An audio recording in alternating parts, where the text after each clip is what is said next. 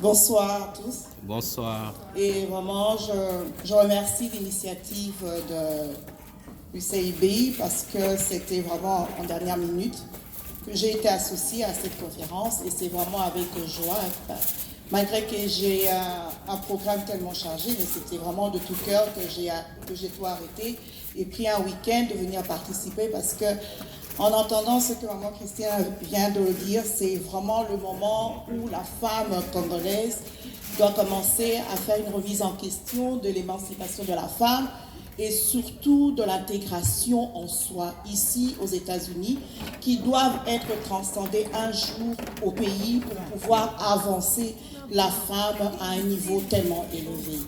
Et je suis tellement fière d'être parmi vous parce que ce que j'ai pu accomplir dans ma vie, je peux le définir en deux axes. C'est par rapport à une intégration individuelle et par rapport aussi à une intégration collective. Par rapport à une intégration individuelle, ce que je peux dire, parce que j'ai toujours été inspirée par Maya Angelou, que certains d'entre vous connaissent très bien, parce que arriver dans un pays qui est tout à fait nouveau, un nouveau pays avec la langue, qui est tout à fait inconnu pour vous, et un système tout à fait différent et complexe que représente le système américain, il y a une confusion totale dans la tête d'une femme. Mère de famille, épouse, intellectuelle, on se pose des questions de cette émancipation. Comment est-ce que vous allez commencer là où vous allez aboutir? Et j'ai cherché pour une intégration individuelle, j'ai cherché une inspiration quelque part, et j'ai trouvé dans les poèmes de Maya Angelou. Et il y a quelque chose qui m'a retenu en elle, c'est cette force, ce charisme qu'elle a toujours exhalé en elle en tant qu'une femme, et surtout une femme qui a été dans l'activisme pour la défense du droit de l'homme. Et son poème là qui m'a toujours frappé, c'est celui qu'elle disait, que je le traduis en français: si vous n'aimez pas quelque chose, changez-le. Et si vous ne pouvez pas le changer, changez votre attitude.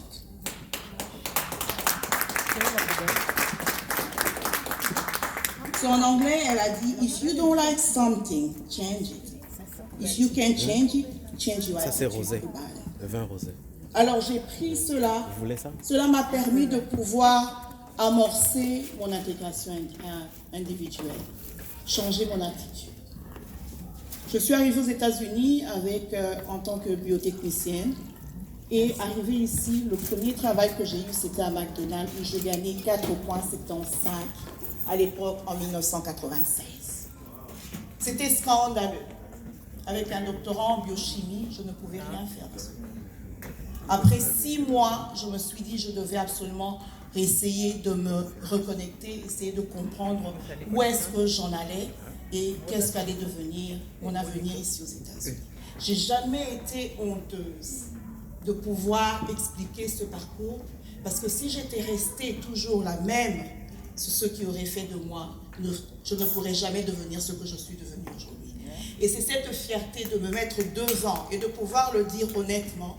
Ce que j'ai été et le parcours que j'ai parcouru fait de moi cette audacité d'action que j'ai prise dans un État qui est purement 95% de blancs, et être élu à l'unanimité devant tout.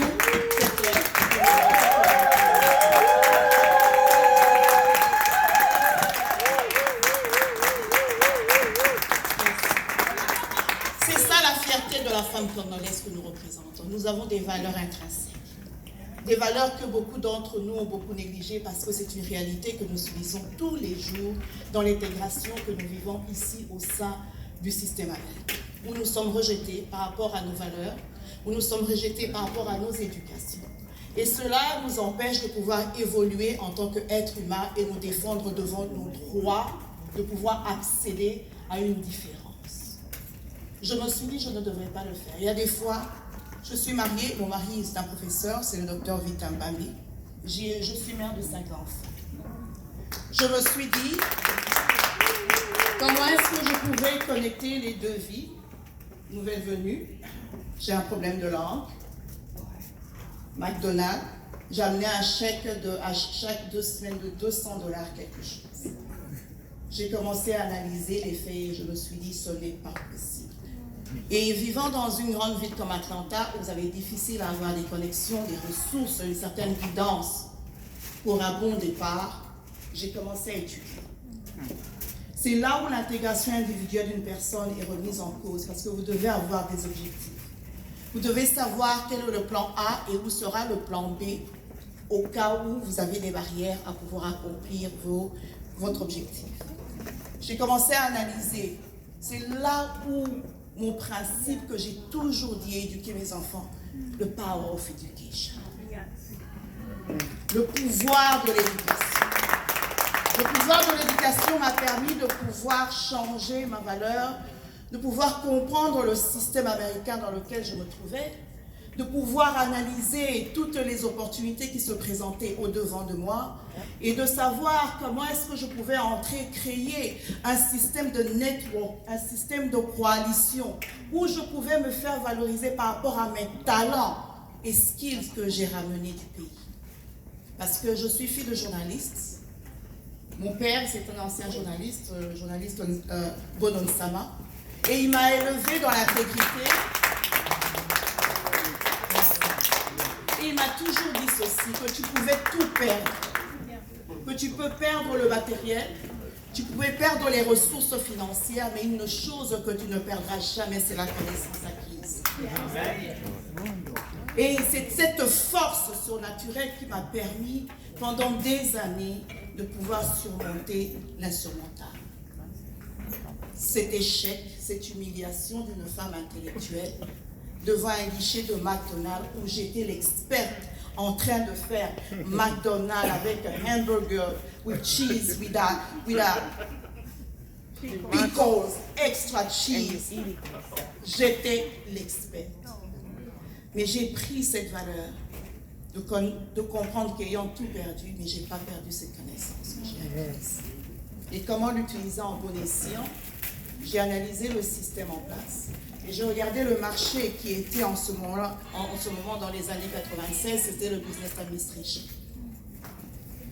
J'ai dit au revoir à la science. J'ai ouvert un autre marché qui me permettrait de pouvoir accéder au milieu américain. J'ai fait des études en langue associée degree que j'ai fait en 2 fois. Mère de famille, 5 enfants, j'ai fait 2 associés degree où j'ai ajouté business administration et education.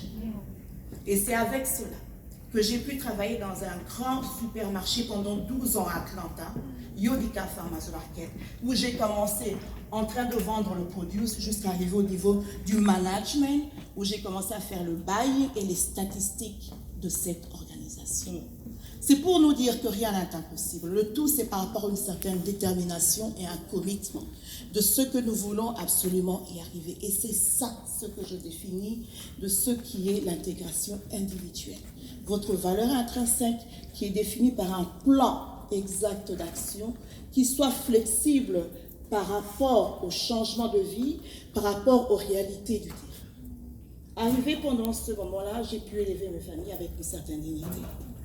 Et quand je suis arrivée à Maine en 2009, c'est là où maintenant j'ai utilisé mes capacités de l'éducation que j'avais comme background de pouvoir maintenant annexer dans la société de Maine. C'est encore un nouveau État où 85% ce ne sont que des Blancs. Vous marchez au mois de novembre, décembre, tout est en blanc. Donc, vous vous dites, qu'est-ce que je suis en train de faire dans cet état? Mais j'ai utilisé maintenant l'éducation. Je suis rentrée dans le volontariat parce que dans un pays, vous devez connaître, sortir du néant et affronter l'inconnu. Et l'inconnu, c'est tout justement ce que nous avons toujours eu peur. Beaucoup d'entre nous, on se renfrogne dans nos propres communautés et on devient isolé par rapport à la réalité qui se passe sur le terrain. Arrivé, je me suis dit, je dois absolument faire éduquer mes enfants. Et la meilleure manière, c'est de s'incorporer dans l'éducation. J'ai utilisé mes connaissances en éducation où j'ai pu rejoindre le volontarisme au niveau des écoles.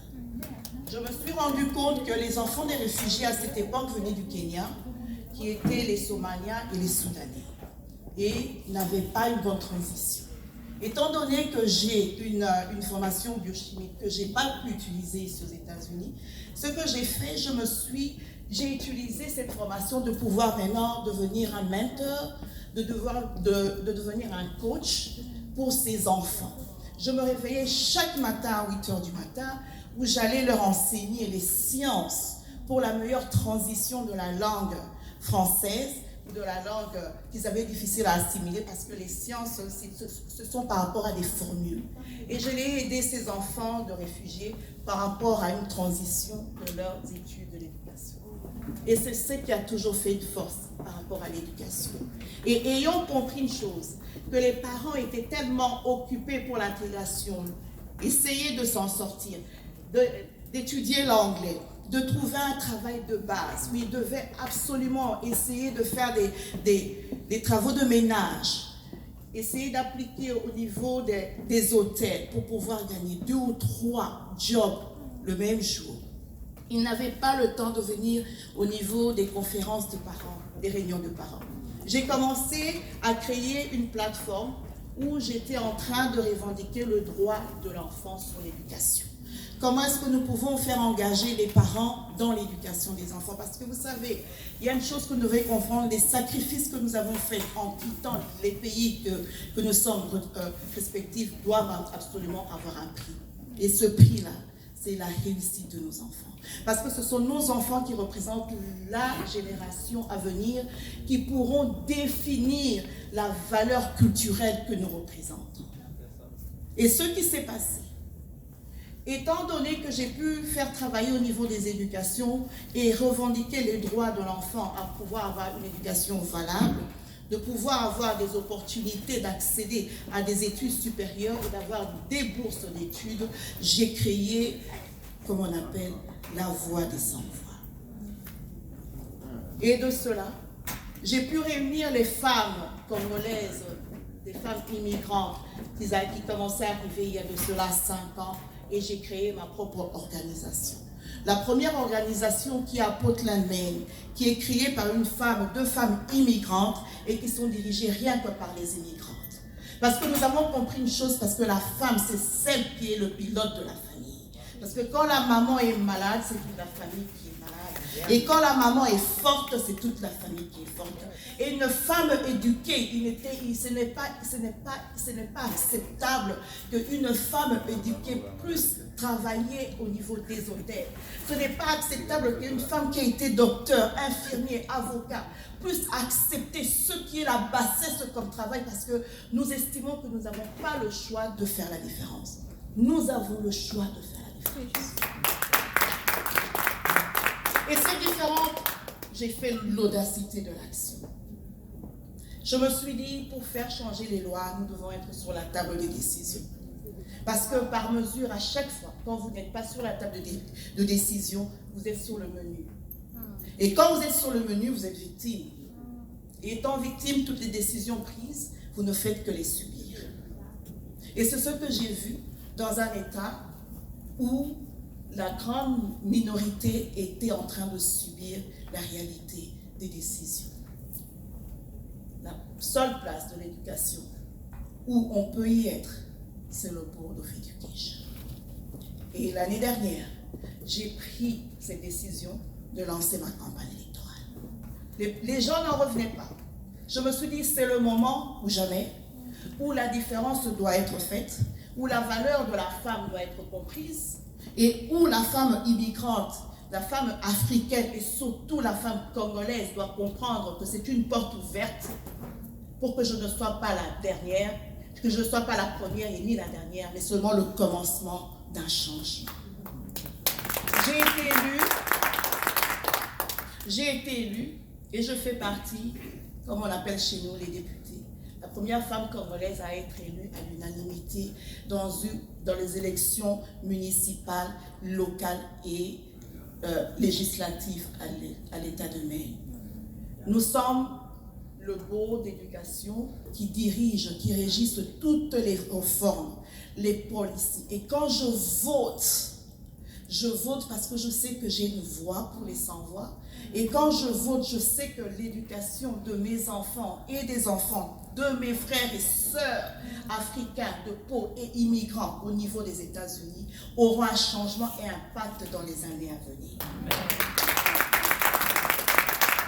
Et cela avait révolutionné. Parce que nous devons savoir une chose, que la révolution du changement dans la diaspora africaine est en train d'être effectuée. C'est nous les Congolaises et surtout les femmes que nous devons comprendre que cela est en train de se passer. Parce que quand je regarde dans l'histoire ici à D'ici, vous avez la grande communauté éthiopienne qui fait exactement la différence. Depuis 1974, les Éthiopiens ont pris origine ici à D'ici. Ils sont plus ou moins plus de 2000 business à ouvrir. Ils sont au moins plus d'une bonne vingtaine de médecins. Ils ont des organisations, ils ont des agences de voyage, ils ont des compagnies de taxi, ils sont unifiés, ils sont solidifiés et ils font la différence dans le Talimène. C'est ça la diaspora. Et la capacité de nous les Congolais, il est grand temps que nous puissions comprendre, c'est le moment où jamais nous pouvons faire la différence. Et en tant que femmes, nous avons le potentiel de faire la différence. Si j'ai fait la différence, et j'en suis fière d'être congolaise, nous avons toutes la fierté et le potentiel de faire la même chose. Je vous remercie énormément et ça a été un grand plaisir. Merci beaucoup. Merci. Félicitations encore. Je voulais ajouter, pour ceux qui ne connaissent pas le New England, j'ai habité le New Hampshire. C'est comme elle a dit, il y a plus... Nous sommes très minoritaires. Le fait qu'elle soit élue, qu'elle ait été élue à l'unanimité, ça